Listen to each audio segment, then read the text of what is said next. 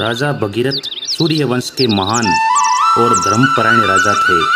उनका नाम आज भी कठिन तपस्या, धैर्य और संकल्प का प्रतीक माना जाता है। कहा जाता है कि राजा सगर के 60,000 पुत्र महर्षि कपिल के श्राप से भस्म हो गए थे।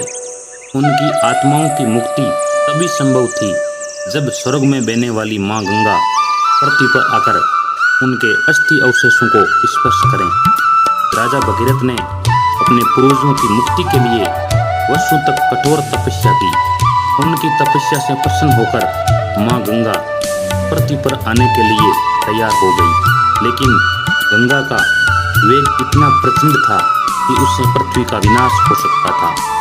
तब राजा भगीरथ ने भगवान शिव की आराधना की।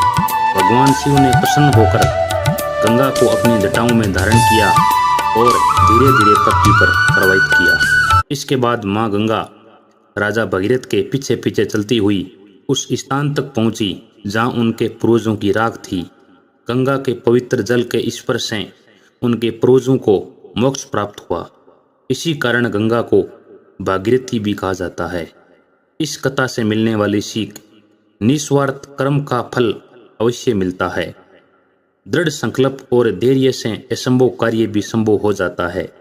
बोलो राधे राधे।